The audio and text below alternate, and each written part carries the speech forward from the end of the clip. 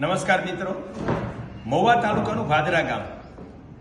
નનકાભાઈ ગઢવી માલધારી છે, પણ બહુ ઊંચા ગજાના લોક સાહિત્યકાર છે, રામાયણના જ્ઞાતા છે.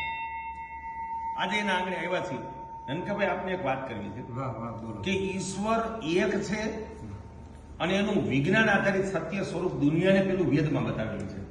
પછી કોઈ કીધું કે અલ્લાહ એક છે, પછી પોતાના ધર્મમાં કીધું કે આ જગતનો સંચાલક કે સર્જક એક જ છે, પણ પેલું વેદે દર્શન આપ્યું. બીજું એને પંચમહાભૂતનું દર્શન આપ્યું: ધરતી, જળ, વાયુ, અગ્નિ, આકાશ.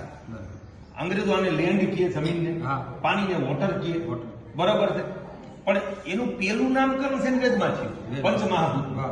ધરતી, જળ, વાયુ, અગ્નિ, આકાશ, સૂર્ય, ચંદ્ર, બરાબર. ઈ મૂન કીએ, કોઈ ચંદા કીએ, બરાબર છે, અને ઓને સન કીએ, અને આપણે એને સૂર્ય કહીએ છીએ, નક્ષત્રો, બરાબર. તો આખું સૃષ્ટિનું વિજ્ઞાનનું દ્રષ્ટા પેલા 4 વેદ છે, અને એના સંશોધક આપણા ઋષિ છે, બરાબર. પછી ઈ પંચમહાભૂત છે ને, ઈ એક તત્વમાં 5 તત્વો સમાયેલા છે. ઈ સૂક્ષ્મ દર્શન પણ વેદમાં આપેલું છે, અને એનું પ્રમાણ મારે આપણે કેવું છે કે નર અને માદાનું બીજ જો અત્યારે સૂક્ષ્મ લેવામાં આવે ને, તો એમાં થાય પાણી છે, બરાબર. એમાંથી પક્ષીનું ઈંડું બને. ઈંડું જન્મ પછી સીધું ફળો, તેમ છે કે આમાં તો પ્રવાહી જ છે, એટલે જળ તત્વ જ છે. પણ ઈ 15 થી 18 દિવસ 21 દિવસ એની મુદત પ્રમાણે ઈ માદા એને સેવે, તો એમાંથી એક બચ્ચું બને. ઈ બચ્ચામાં હાડકા બની જાય. તો પેલા તો નહોતા કે ભાઈ ઝીણા ઝીણા હતા મોટા થયા, એવું નથી. પછી બહારથી કોઈ ખોરાકની જરૂર નથી, બહારથી કોઈ ખોરાક વિના બન્યા, એટલે પરિવર્તન થયું. કઈ નાખવું ન પડ્યું કે ભાઈ હાડકા બને ને એવું એની માએ કોઈ મટીરિયલ જોડ અંદર એમાં નાખ્યું, ચકલીએ કે ઢેલે એવું કઈ કર્યું જ નથી.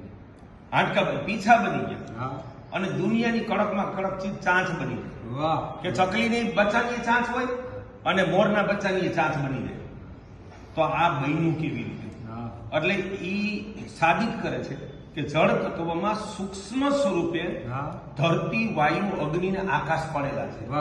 અને હાડકા અને ચાંચ ઈ ધરતી તત્વ છે.